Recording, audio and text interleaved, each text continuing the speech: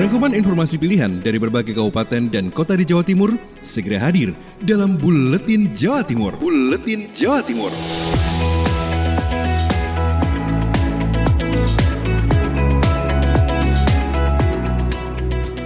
Salam jumpa sahabat, semoga kabar baik senantiasa menyertai. Bersama saya Endri Sonea, segera kita simak bersama rangkuman Buletin Jawa Timur edisi hari ini, Selasa tanggal 7 April 2020.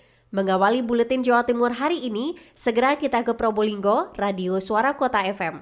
Di sana ada rekan saya, Devi Aprilia, yang mengabarkan Pemkot Probolinggo pasang 25 wastafel portable. Sesuai penerapan salah satu protokol kesehatan, yakni mencuci tangan dengan sabun dan air mengalir, pemerintah Kota Probolinggo memasang 25 wastafel portable secara bertahap di sejumlah lokasi. Untuk kali pertama, Minggu siang kemarin, Wali Kota Habib Hadi Zainal Abidin didampingi Kepala Dinas PUPR dan Kawasan Permukiman Agus Hartadi memimpin langsung pemasangan tempat cuci tangan yang menjadi fasilitas paling dicari masyarakat di tengah pandemi COVID-19 ini. Ada sebanyak 3 unit wastafel yang hari ini diletakkan di pasar dan di fasilitas umum. Wastafel portable ini tergolong lengkap, terdiri dari tangki berkapasitas 550 liter, rangkaian aluminium, tempat sabun cair, dan tisu penyerap dan pembuangan air. Wali Kota Habib Hadi menjelaskan 24 yang disiapkan konsentrasinya akan diletakkan di tempat terbuka seperti alun-alun dan lain sebagainya, karena di sana banyak pedagang kaki lima dan banyak pengunjung. Dan juga di pasar ikan juga menjadi sasaran interaksi jual beli, bertransaksi tunai di mana uang menjadi sarana bakteri dan cepat menyebar. Oleh karena itu, memasang wastafel portable ini menjadi sasaran tepat pemerintah Kota Probolinggo.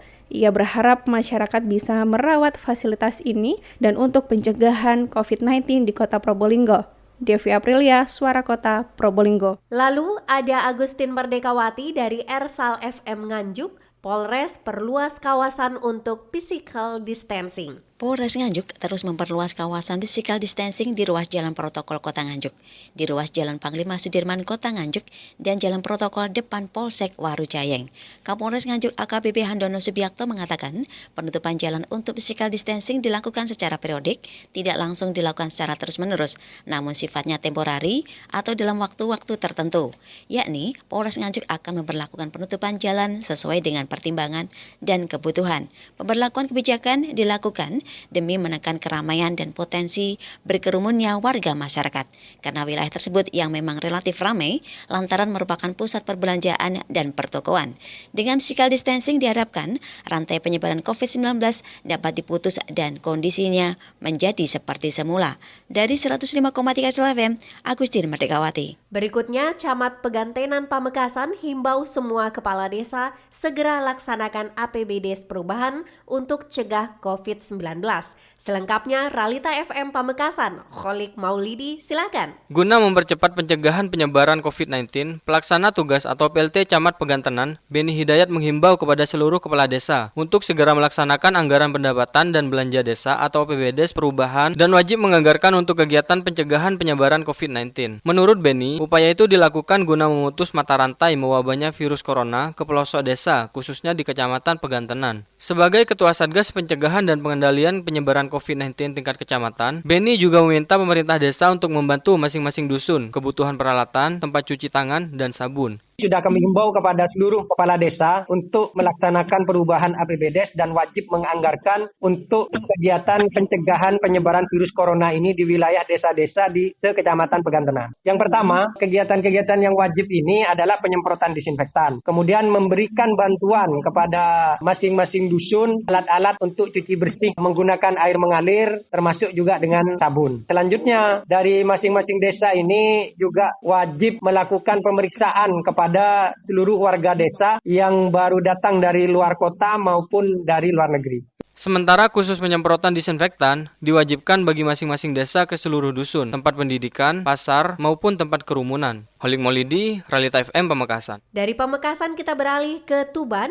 Pradia Suara Tuban membawa kabar Satpas tutup pemohon SIM yang jatuh tempo dapat toleransi.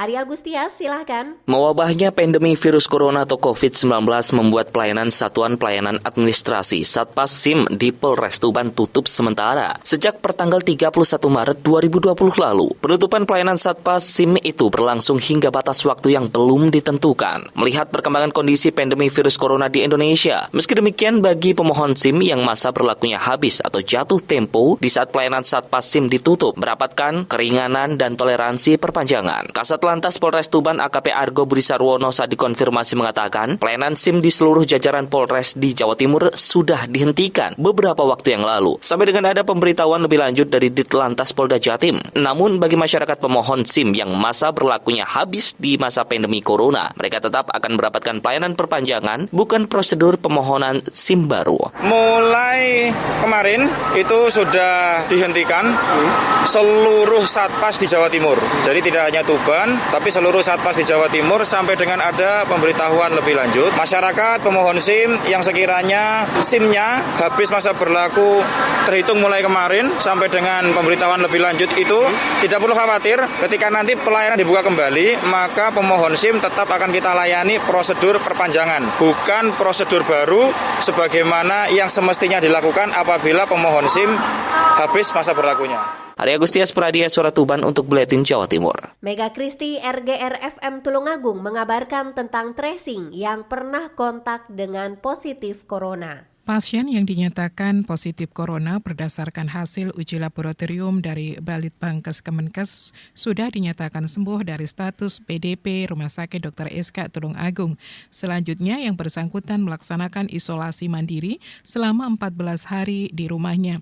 Demikian dikatakan Dr. Andes Sukaji MSI selaku Ketua Satgas Penanggulangan COVID-19 saat memberi keterangan pada awak media terkait ditemukannya positif corona dari Tulungagung.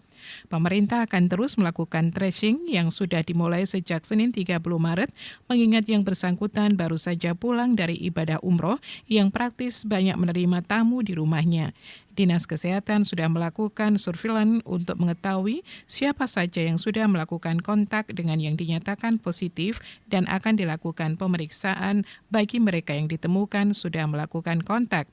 Masih menurut Sukaji, Satgas Penanggulangan COVID-19 akan melakukan kontrol pada mereka yang melakukan karantina mandiri yang akan dilakukan oleh petugas yang ada di wilayah.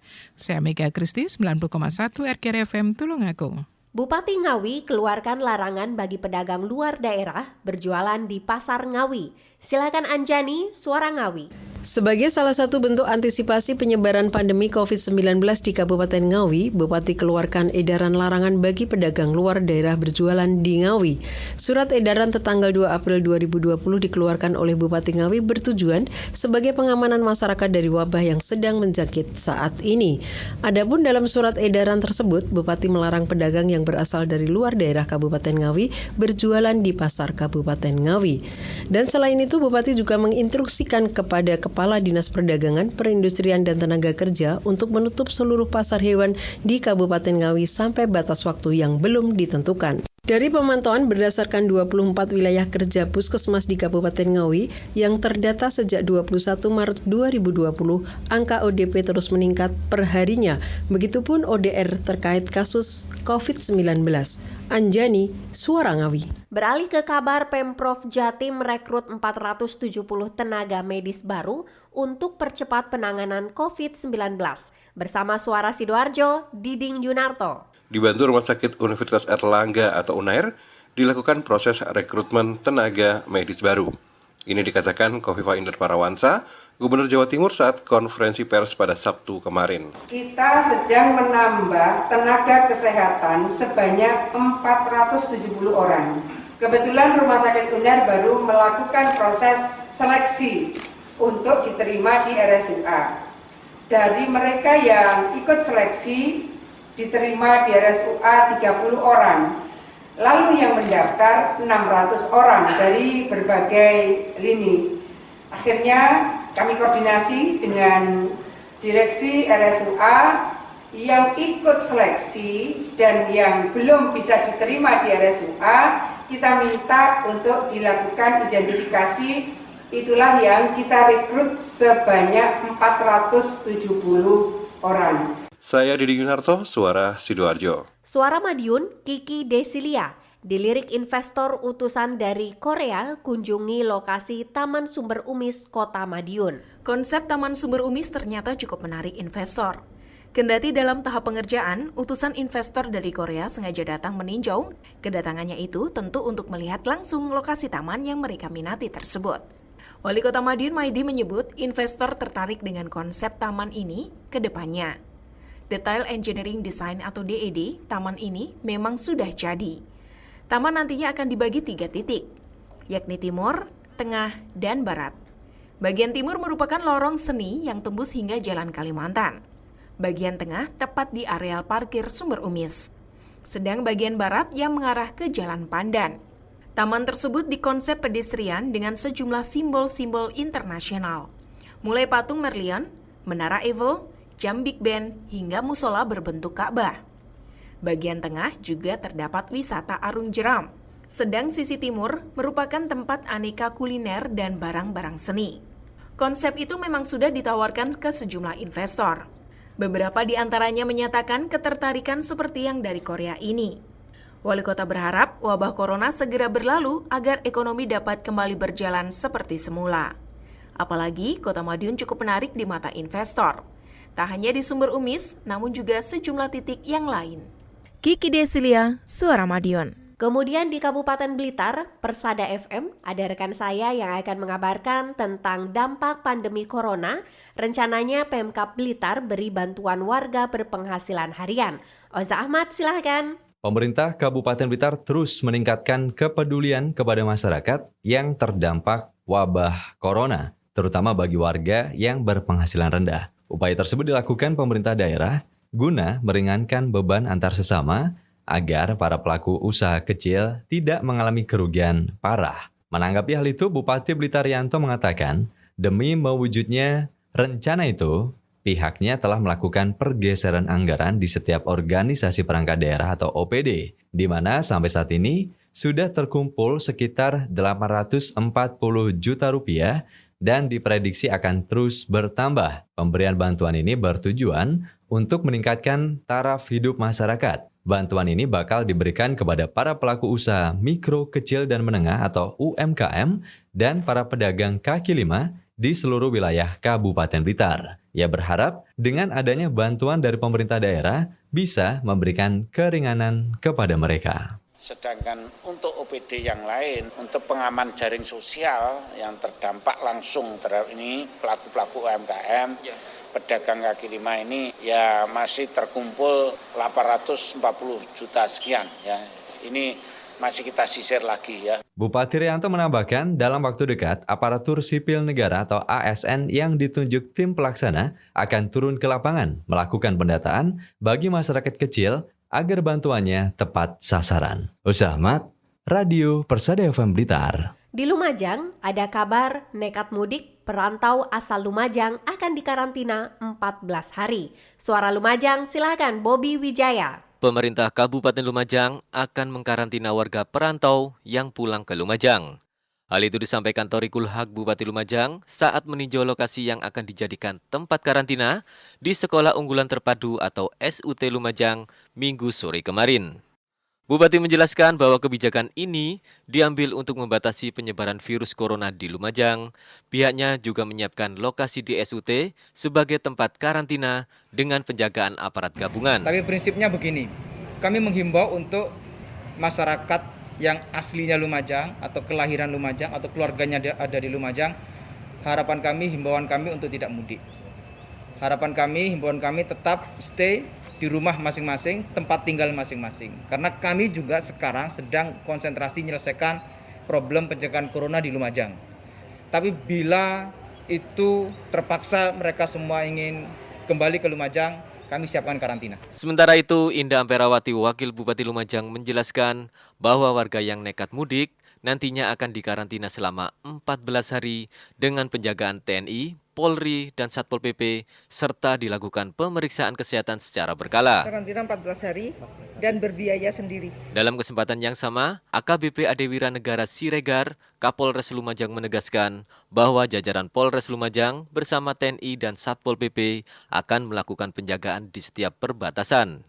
Nantinya perantau yang hendak mudik di Lumajang akan diantarkan menuju lokasi karantina selama 14 hari sebelum diizinkan pulang ke rumahnya masing-masing. Bobi Wijayanto, Suara Lumajang FM, mengabarkan. Berikutnya, musyawarah rencana pembangunan rapat kerja Pemkab Gresik yang berlangsung secara online melalui telekonferensi dikarenakan masih dalam pandemi corona. Selengkapnya kita simak Putri Rizkiana, Suara Gresik. 6 April 2020 telah berlangsung musyawarah perencanaan pembangunan rapat kerja pemerintah daerah Kabupaten Gresik yang bertempat di kantor pemerintah Kabupaten Gresik. Dikarenakan masih dalam masa pandemi COVID-19, musyawarah tersebut berlangsung secara online melalui telekonferensi.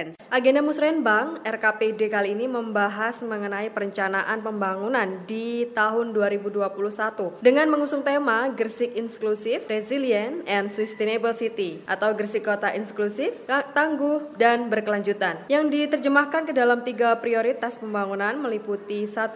Pelayanan publik berlandaskan Human Centered Design, yang kedua pembangunan perekonomian inklusif, dan yang ketiga pembangunan keluhuran budaya. Harapan dari Kepala Badan Perencanaan dan Penelitian Pembangunan Daerah dari agenda Musrenbang ini semoga pemerintah Kabupaten Gresik dapat memberikan fasilitas secara berkelanjutan kepada masyarakat Gresik dan membangun ekonomi secara inklusif dan tangguh. Putri Rizkiana melaporkan dari Suara Gresik. Selanjutnya Mahardika FM, Kota Blitar. Situasi kondisi belum stabil, School from Home TK, SD, SMP Kota Blitar diperpanjang sampai dengan 19 April 2020. Selengkapnya silakan Kirana Nisa. Riau Soehartono PLT Kepala Dinas Pendidikan Kota Blitar mengatakan, masa School from Home Kota Blitar harusnya berakhir tanggal 5 April 2020. Namun karena situasi kondisi belum stabil, pihaknya mengajukan perpanjangan masa belajar di rumah sampai 2 pekan ke depan. Kebijakan itu juga berdasarkan instruksi dari Gubernur Jawa Timur melalui surat edaran yang diterima Dinas Pendidikan Jumat sore 3 April 2020. Riau menegaskan meski sempat mendapat keluhan dari wali murid, School from Home sudah mulai berjalan dengan baik. Ini tidak lepas dari kerjasama dan koordinasi intens dari wali murid dan guru pengajar. Pihaknya juga berpesan agar guru pengajar tetap memenuhi kewajibannya dalam memberikan materi pembelajaran melalui media yang ada. Menurutnya, untuk tingkat TK dan SD, guru pengajar dan wali murid sepakat untuk membagikan materi melalui grup WhatsApp. Sementara untuk SMP, sebagian sudah menggunakan aplikasi khusus sehingga membuat proses belajar lebih mudah. Pak PLT Wali Kota Blitar memberikan arahan kepada kami bahwa supaya menyesuaikan dengan SMA SMK bahwa kita